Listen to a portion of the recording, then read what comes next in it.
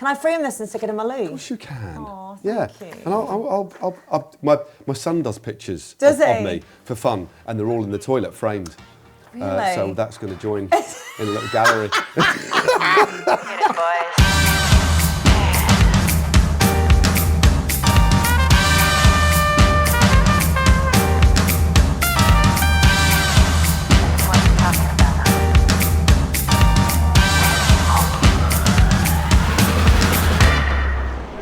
It looks quite stiff. Is that normal? I reckon so. It feels quite comfortable. I've never seen one like that And then before. I'm just going to lift that bit up and then slot that in there. Oh, it's getting bigger. It is. Amazing. Hey, presto. It's all shiny and purple. I know. Beautiful. Cobble streets, street waffles, museums, tulips, red light district. It's all Amsterdam. Believe it or not, this is the first time I've ever been here properly in my whole life. I passed through in the airport at Schiphol, but never actually wandered these beautiful streets. And I tell you what, following this Sigma Sports Café Ride, I shall be back. But this is only the beginning. I'm about to meet Orla Chennaoui on the school run. So I've got to keep myself on my toes. She should be coming any moment now. Good morning. Morning, Orla. Goedemorgen. So Come. let's get tuck on you in the slipstream. Please do. Come on. It's a hefty slipstream in this beast. Blimey. Good morning, how are you? I'm wonderful. Good.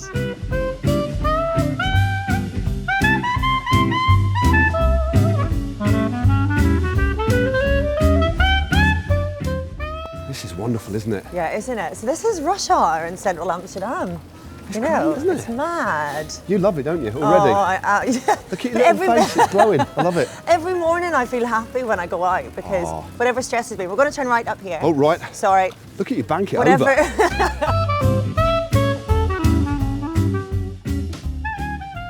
I feel like I'm Matt on the moto, last one to interview. So, guys. What are the tactics for today? Yeah, what are the tactics for today, guys? I don't know. Say, get to school on time. Get to school on time. There you go. It's as simple as that, pure tactics.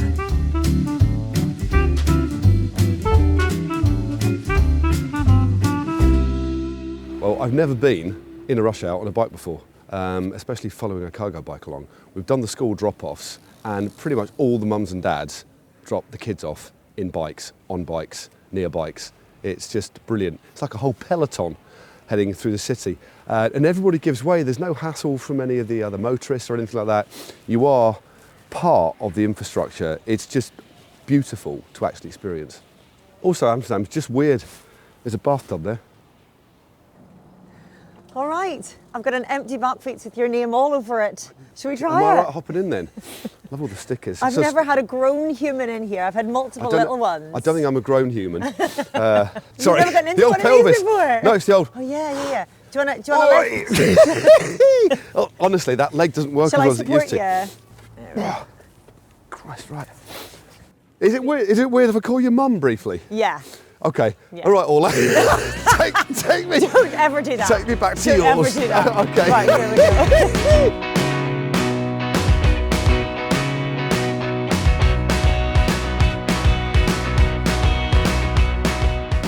Well, this is quite a payload. We've got one Brompton, one Matt Stevens, and I've got some shortbread in my pocket. That's a good. And some short. But you see how efficient it is to be able to ride around. It's flipping brilliant. Compared I love to it. like us all piling into a car and trying to get parked.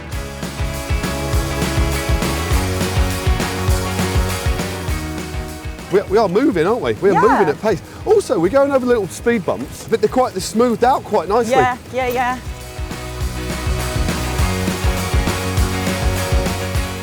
Hey Leah! Hello. How are you? Just I ignore us. one thing I will say, on the school run and partly on the way back from the school run, Orla knows everybody in Amsterdam, it appears, yeah. So, well, this is again, I'm going to sound like a total bore. This is the joy of bike life because you're never like stuck behind a steering wheel and inside a metal box. You're always out and about, so you do get to know people a lot more quickly and you just interact with everybody, you know? It's flipping great.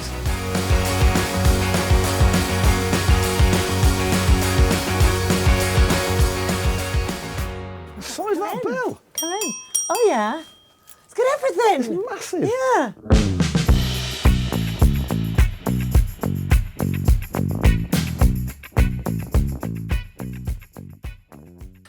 Papa Smurf.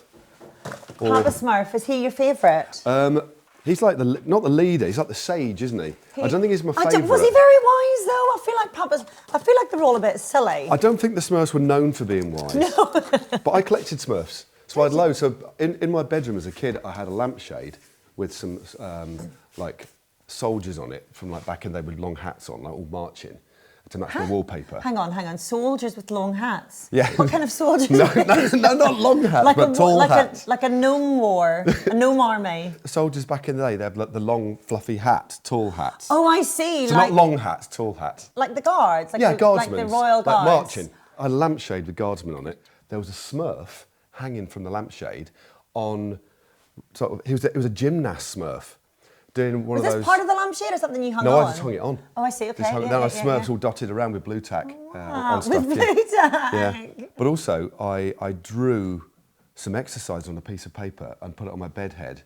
And so a little diagram, but me as a Smurf. So I had a little picture of me as a Smurf with little mini dumbbells, and I had some dumbbells, and I did my little Smurf exercises every day. With Smurfs as weights? Not with Smurfs as weights. Also, one thing I have noticed, well, it's pointed out to me by one of our camera operatives. Yes. Operatives. The way you've got your books in colours. Is that you? Well, is that somebody else? Actually, so when we moved in here, it was a friend of mine, Silke, who's very designy, and she suggested it, and I was very anti colour coding my books. Okay. Because I love to browse a bookshelf, and so I thought it was much better to have them in themes, which is how I would always organise my bookshelves otherwise. And I thought, well, I'll try it anyway. And actually, what's lovely about it is that it mixes all the themes up. And so you randomly browse the bookshelf and you'll have a cycling book next to a philosophy book, next to a trashy novel. And I quite like that it's more of a pick and mix then, it's more surprising. Because I guess normally you'd have a subject you'd always gravitate towards, but with this you can't do that, exactly. can you? It's constantly... And then I forget what's where, and I quite like that. Yeah, it's in a constant entropic state. Yeah. It's not often somebody uses a word that I don't understand. What's entropic mean? Entropy is the state of flux. Oh, okay. It's the way particles work. Okay. Yeah, so this room is in a state of entropy at the moment. We all are, aren't we? Everything is, basically. Everything's always in flux. Yeah. There you go. Right. I'll get the tea on. Welcome to the Chennaoui Dog Theatre. Do you think there'd be a market in that? Do you think I could sell tickets just to watch Bella chew a bone? I think, or we could just draw it, we could just sketch her from different angles. Oh my God! It's like That's it's like a life class, but with dogs. Are you a drawer? I'm absolutely terrible at drawing. Because we're in a city famed by its art, for its art, and the fact that we both like art. See, you've got some lovely sort of paintings on the wall here. Would you be up for drawing me, and I'll draw you, but in 60 seconds? Okay. So we've got 60 seconds to sketch each other. Okay. Should we just get a pen Should and we paper? do that? Shall Is I get us all some pen and paper? I just quite like the idea of it. Yeah, let's do it. And I will really try my hardest to do a nice picture of you. Okay. So we've got to keep looking. So I'll try not to look down too much. Honestly, I'm embarrassed by myself already. I know exactly what this is going to look like. So far, I'm actually quite happy with this. Oh, Very nice. Oh my God, is it? I need to give you some hair really quickly. There's nothing more I can do. I can't save it. You can't. I can't. Is that it? Full time? Full time. Oh my God. Okay, right. I'm really deeply embarrassed. This is the world revealing of Portrait of Matt Stevens. Okay, here we go. It actually. Stop. Jesus, look at the size of my ears. Sorry. That's why I said I can't fix it anymore. I don't have an eraser. But also my eyes are just, I've got no eyeballs. Just like, you should sign it and date it, please, okay, and put the word Amsterdam on it I will. as well. And I'll show you mine. I'm quite excited about this. Here we go. Oh! Oh, wow! That's actually quite good, Matt. It's in the style of Matisse. It is quite Matisse-esque. Yeah. I mean, I've got wonky eyebrows, Yeah. but that's okay. Hand it with the eyebrow. Yeah. I've given you the hair, I obviously. like how I've only got 2 teeth. just That's two, quite two- benign, just isn't two- it? Can I frame this and stick it in my loo? Of course you can. Aw, yeah. thank you. And my son does pictures Does of he? me for fun, and they're all in the toilet framed. Really? So that's going to join in a little gallery.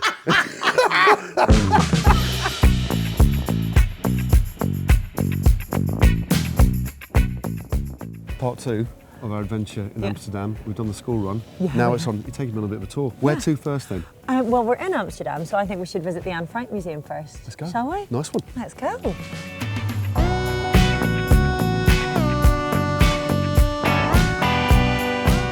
So when you're stopping, priority always to the right. If we pull, we got to see that anybody's coming that way. Yeah, okay, and they get exactly. priority. Right. Yeah. Okay.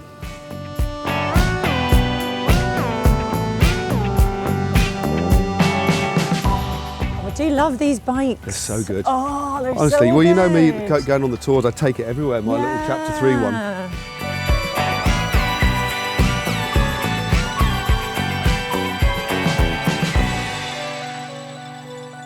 Right. So this is it, the Anne Frank house.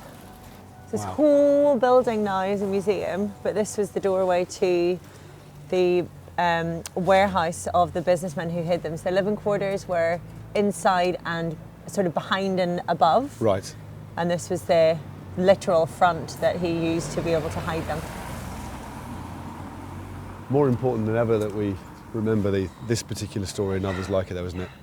And I would recommend anybody who comes to Amsterdam to visit this museum. It gets Yeah. really booked out, so you have to book in advance. Okay. But they tell the story so beautifully and so widely. So it's not just Anne Frank and her diary and her family's story. It's the entire story of the Holocaust. And I always think as well, when I first moved to Amsterdam, because these buildings were untouched in the Second World War, you can still feel an awful lot of that era in the buildings and in the architecture of this city, and it makes the history feel very present as well. So I think it's a wonderful reminder. Wonderful is the wrong word, but important. Yeah.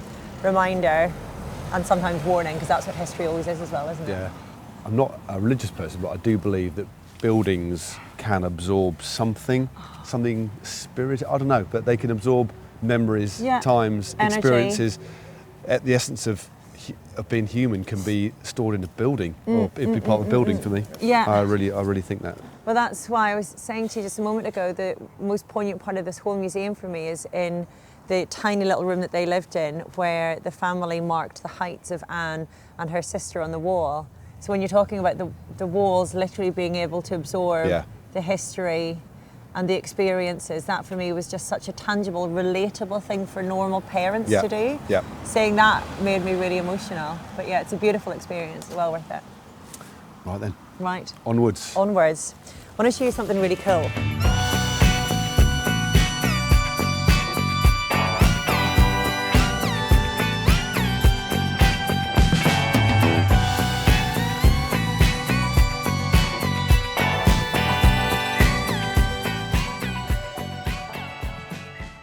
So this is the Homomonument. So this is a monument to all gay, lesbian, LGBTQ who've been persecuted and victimised and abused in whatever way. And I just think it's a wonderful, very subtle, very discreet. It is. It's It's quite understated, isn't it? Yeah, you would Same run for the past and not know flowers it's and there. stuff. Yeah.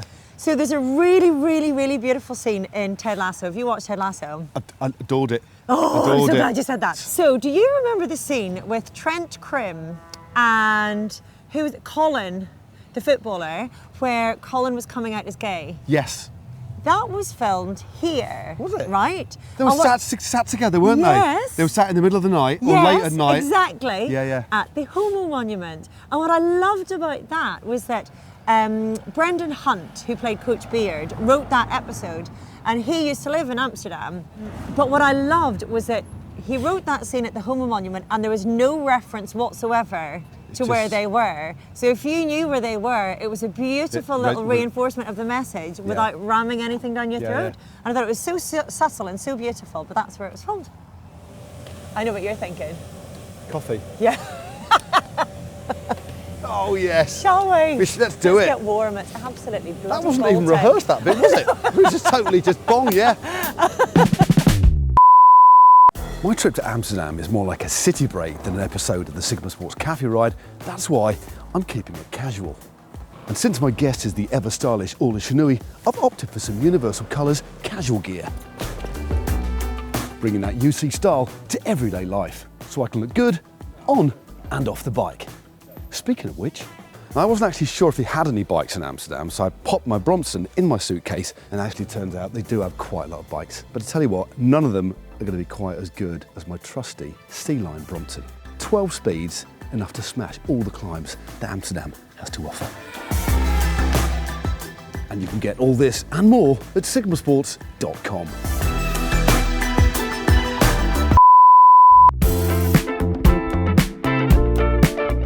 This all used to be marshland, so it's all reclaimed land. They're still reclaiming bits of the Netherlands or saving it from, because a lot of it's up below sea level. Yeah, so well, we're below sea level right now. It's nuts. Not to freak you out. They're putting these big balloons underneath and filling them with air slowly to lift the land up. That's incredible engineering. It's mad. And they're actually building factories and stuff. And that's how they make a lot of the ports. Yeah. Balloons.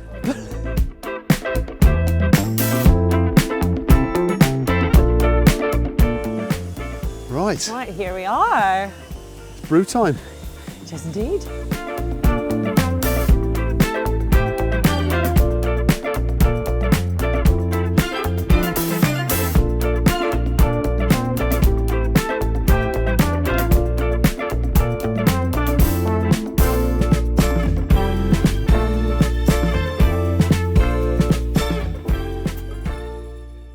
Let's start off this part of the show with introduction from Matt Stevens. Orla, where are we?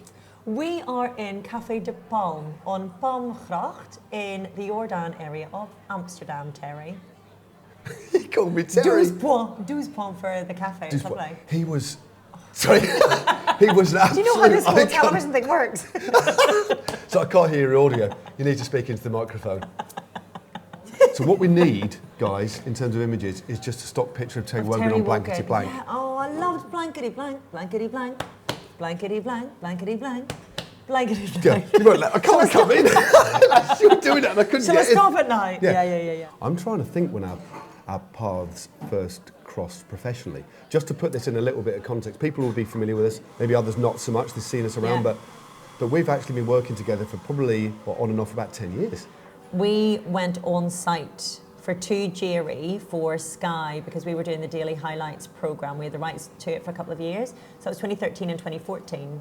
So I feel like it was one of those Jerry because it would have been with Leah. And that was when you were at Sky, wasn't it? At Sky Sports. So I was mainly a journalist then and wanting to move a little bit into the presenting side of sports as well because I find such joy in that. But yeah, that was my sort of, the start of my segue into sports presenting. That's it, because you were presenting Sky Sports, weren't the news bit, with Sky Sports News. Yeah, Sky Sports News. The ticker on the right-hand side, all the football results, that was your all the face, football wasn't results it? and all the ACLs you can throw a stick at. Do you look back on those years with fondness? What was it like then for you compared to now? Has a lot changed? I do think it's changed because there are a lot more women now anyway in sports media, and our focus is on women's sport an awful lot more than when I started.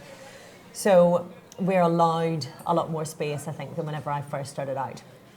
But whenever I started at Sky Sports News, because I was at Sky News to begin with, I was a news correspondent. Yes. And when I moved over to Sky Sports News, I think it's funny because people assume that a woman within that setup, and certainly as it was then, and it was very, the women were very polished and stylised, the assumption would have been that you would have felt you were there for a certain reason. Right. And yet I always felt really respected in there. Right, okay. And I felt like my journalism background and my news background brought me an awful lot of respect anyway. I never felt like woman in a man's world, but I was also starting out, I guess. So whenever the man is given the top headline, I'm not fighting for it. Because I'm like, well, listen, I'm new to this space. But then eventually you're like, well, hang on a minute, surely we have equal billing. I quite deliberately for a while really pushed the limit of what I thought might be acceptable sartorially on air because I wanted to make a bit of a statement in that I wanted to be myself, I wanted to feel like myself. I didn't want anyone to impose anything on me because I'd accepted imposition a lot in my life. Yeah. And I suffered postnatal depression And I was able to find myself on the other side of that. And I wanted to show women you can be taken seriously in your micro mini skirt and your high heels. So that was a conscious decision just to push that a little bit. Yeah, it became that, I think.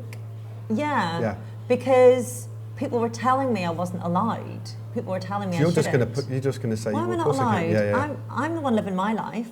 Like I had a boss once who told me, so I said I was respected, and I was in my job, but I wore short skirts on air, and he called me into the office and he said, "You're not supposed to wear short skirts. You're supposed to be our authority." Where's this written down then?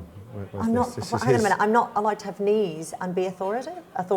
So that sort of started something in me where I was like, well, I can be taken seriously and wear fun clothes, and I'm going to show that to you. And I'm going to prove it to you. But then it flipped the other way because I was kind of like, I've done it. You know, that's great, and I love expressing that part of my personality. But it's not all that I have. I'm not just short skirts and heels. You know. But then I would get certain guys coming onto my social media demanding to see my legs again and demanding that I wear short skirts, and I'm like, what twisted form of... You can't win, can you? You can't win. Like, almost like, well, you must be covering up now because you're told to. Well, no, I'm still doing what I want to do. I can do, you know? These are my terms. Yeah, exactly. These are my terms. I'm here to present the sport, and I will do that regardless of what I'm wearing. The important thing for me is I feel comfortable and I'm able to express my personality. And that personality can be a million different things at once because we're all quite multifaceted, you know? I love the fact that I get to watch bike racing for a living. Like, that's mad. That's mad. And my family aren't like big bike race aficionados, so I don't really get to watch it at home. Like, I'm fighting with Paw Patrol and whatever the latest, I don't know. It's a great show, by the way. It is good, you know, on the double. If you're in trouble, it's wonderful. It's really, really, really good fun. Like, I get to work with the best people, like really good fun. But also then the connection with people at home just blows my mind. It never doesn't blow my mind. Whenever people get in touch to say that they're watching for whatever reason. And I know that social media, you know, there's the negative side to it and whatnot, and I do try to call that out just to expose it. But the number of people, Matt, who send the most beautiful, beautiful messages, and especially during the Tour de France, and I realise how much of a role the Tour de France in particular plays in certain people's lives. And we're that constant every day. We're in their lives every single day, and there's that connection. And I've had correspondence from people who've suffered the worst possible things that you can go through, and be that sickness of themselves or sickness of a loved one, or, you know, there's always, not always, but there's often a sadness attached to any correspondence that comes my way, and they'll say, you kept us company, you know, and you brought a smile to our faces through showcasing, obviously, the incredible work that the athletes are doing. And that is such an utter privilege that this is what almost makes me cry. Because that's what living is, you know. Yeah. It's connection, and trying to bring your love bubble to more people. But it's just positivity, you're right, it is. You know. And it's allowing people the space to have fun and making fun matter. Yeah, all of that together is what I love about the job so much. Yeah. It's incredible. I think when people come up to me and say, you know, apart from saying that you're a bit of a loon or whatever, they generally say very nice things. And I always thank them, and I always say thank you for taking the time to tell me, because you know, if we took that for granted, what would we be? You know, and people are very like actually exclusive. I've never had a problem with anybody that will come up, apart from sometimes events where they might be in your personal space. That's weird, but most people are wonderful, and I do say it's almost like a stock phrase. Thanks for telling me that, because I mean it, because it actually makes me think that I'm actually doing something okay, and that I've made a difference. The fact that they've taken the time to either write a message, an email or whatever, or a letter, that happens. Absolutely. Is massive. It's such a human thing. It's that it's that two-way thing. Telly can appear to be very one way, but these days it isn't, because people can contact you and speak to you, can't they? And it is enormously rewarding. You can never ever take that for granted, because they're allowing you into their lives, you know, and that's not a given at all. No, totally. But I think it's a wonderful thing to be in the receiving end of, and most people don't get their jobs. No. You know, so yeah, you put up with the rubbish bits, but the good bits are way, way, way better than you would have in almost any other walk of life, you know? I want to know, were you a crier? I'm a big crier. Are you? Yeah. I'm such a crier. I can't help it, and I actually don't mind. I love that. I love it. This is why I love you, Matt Stevens. I love it. I don't mind. I mean, I think it's really healthy. I think it's really good for men. I think I've always been shown, luckily, a lot of love as a kid. Yeah.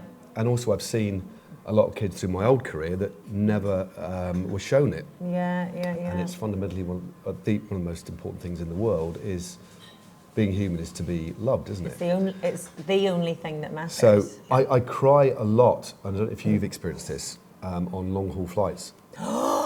And that is a phenomenon, I've read about it. It's I read about this. Yeah, so I cry. It doesn't have to be long haul, by the way. Oh no, it's when it's just go in the air. Just in the air. I'm crying all the time. I bawled at the last season of Ted Lasso, I said this earlier, because I watched most of it travelling between here and London. You would have bawled like by a factor of 3 or 4 then, because I bawled at sea level at that.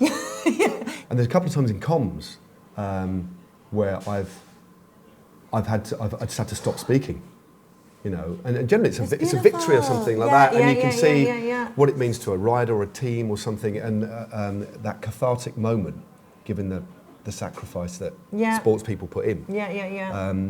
You can't help but be a part of it, and caring about the sport that we're passionate about, you know, is important, isn't it? Well, there's no point in doing it otherwise. When people say that we're too invested in the athletes, like, you know, as long as we're not cheerleading, which we're not. Yeah. I think actually... You can celebrate without cheerleading, though. You can celebrate the defeats as well, knowing that they've put their heart and soul into something without it becoming a cheerleading effort. But I feel like we're supposed to be the conduit for the person watching at home, and if they care enough to be watching, we owe them a bit of respect to care as much as they do.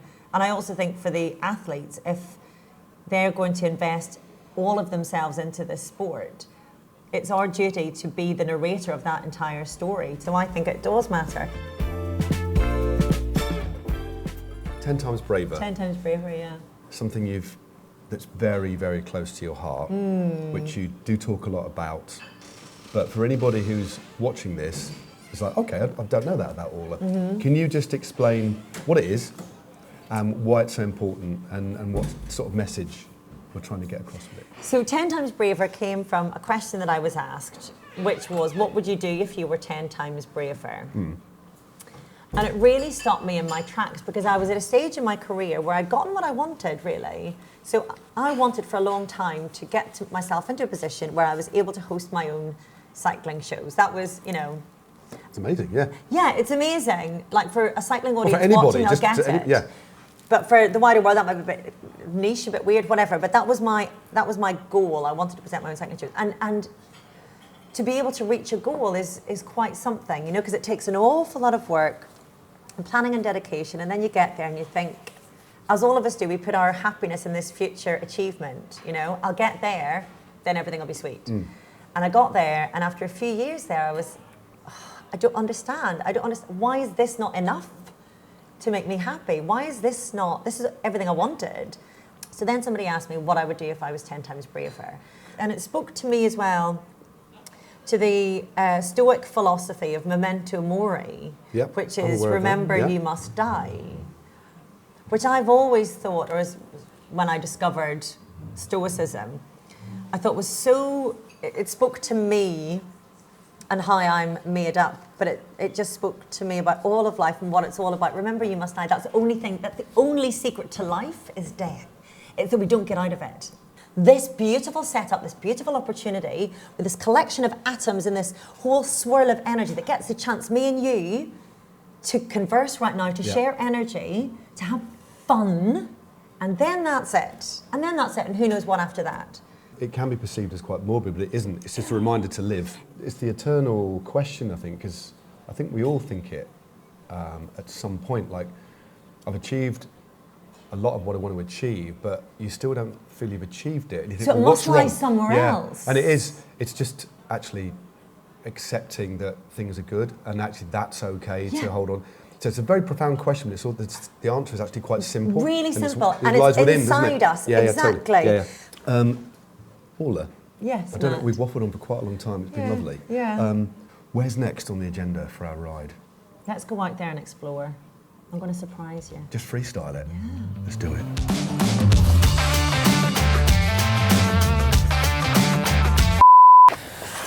If you like extreme content just like this, be sure to subscribe to the Sigma Sports YouTube channel. Yes, ring that bell.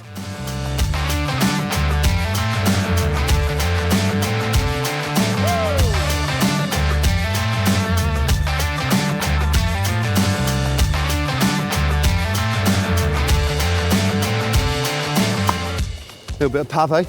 I think it's probably just one star, this. It's kind of just decorative pave, isn't it? It's not going to... You're just entering the pave section. Yeah.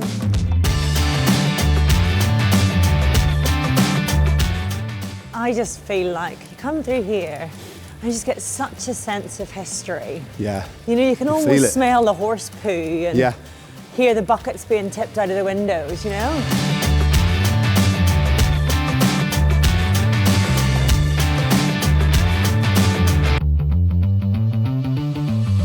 This is it, Matt. We're in the red light district. There is a lot of red. Yeah, there is. A lot of neon. There's a lot of neon. I can imagine what this might be like deep into the night. It's a unique proposition, isn't it? Let's make no bones about it. It's utterly unique, isn't it? It is, and it's teeming with people at night time, and it's quite unusual. It's quite a surreal experience, but it's so self-contained. It doesn't Yeah. bother people in Amsterdam at all. And actually, what I really like about here is if you lift your eyes upwards, the architecture is It's nuts, absolutely isn't it? beautiful. It's a really lovely part of the city. And it's been here for centuries, Yeah. if not longer. And also one thing that I'm never going to do when I come to Amsterdam, especially to this place, is doing you wild pissing. It's been Bill it's Plus it is forbidden. verboden. So no Yeah. wild pissing, everybody. That's just naughty. So next, shall we get a boat? Shall we head over to Nord? Shall we get a boat? Yeah. I don't need asking twice. Let's do it then.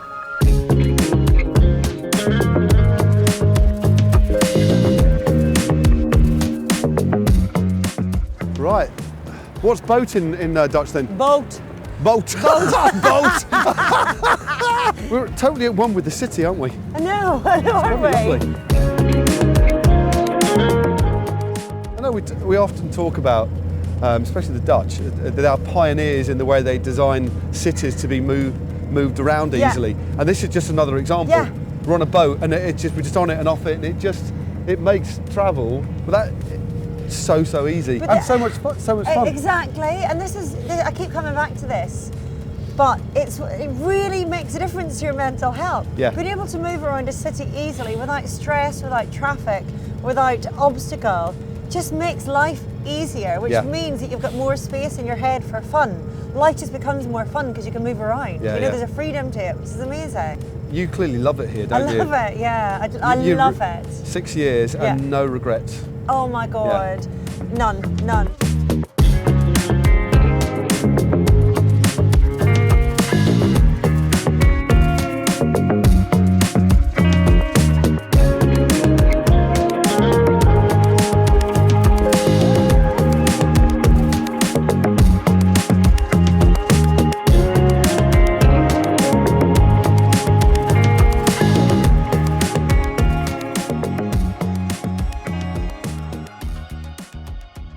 It's just a pit stop here Yeah. at False Flat, which is a great name.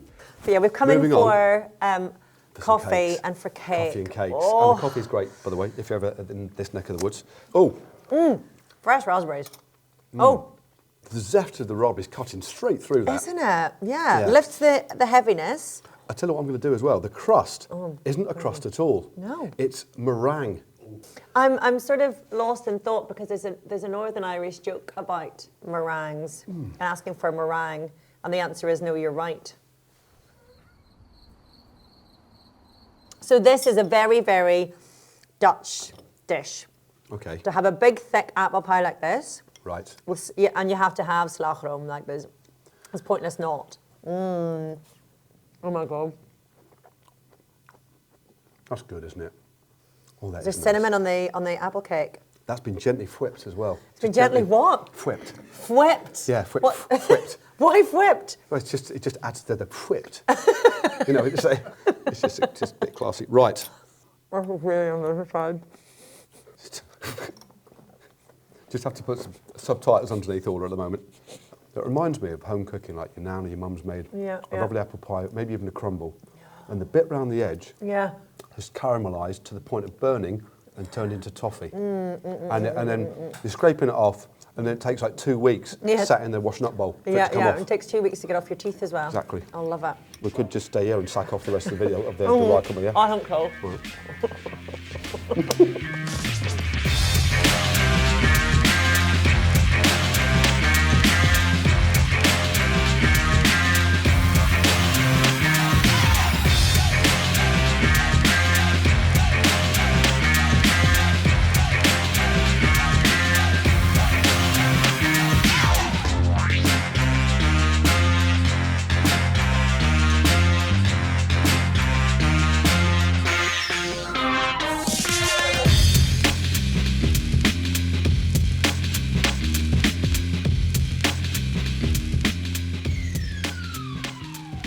This is the Olympic Stadium. It is. Amsterdam Olympic Stadium. Amsterdam Olympic Stadium. A quick quiz question. When were the Amsterdam Olympische Spelen?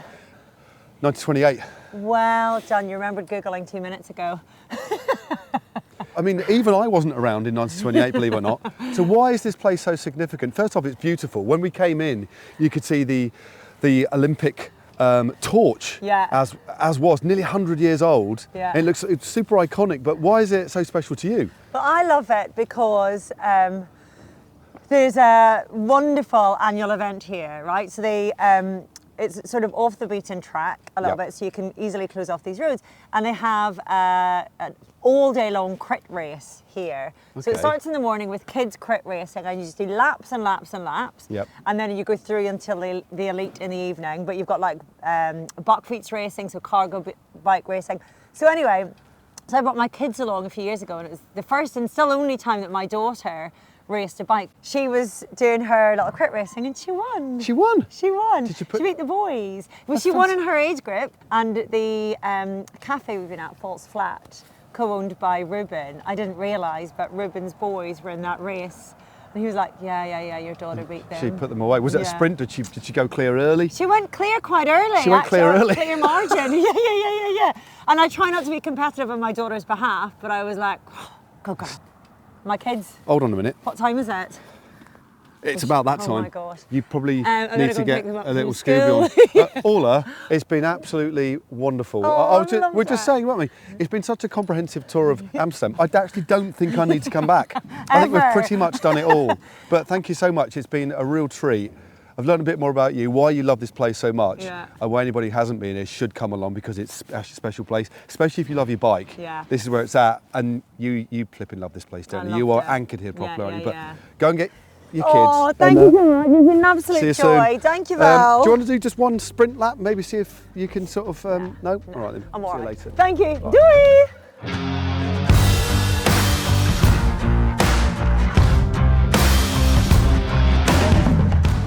Right, let's head to the red light district. I would, but I think my saddle's a bit high. Oh, I think you're on my bike. Let's just swap a route. There we go. There we go. It's still a wee bit high. Okay. Sorry. So we've got time. Sorry. The beauty about this, There we go. Look at that. Oh, look at that.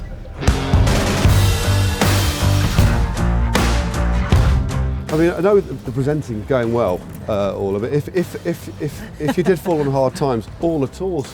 Orla Tours! If you like extreme content just like this, be sure to subscribe to the Sigma Sports YouTube channel. Yes, ring that bell. I just touched it, it went ding.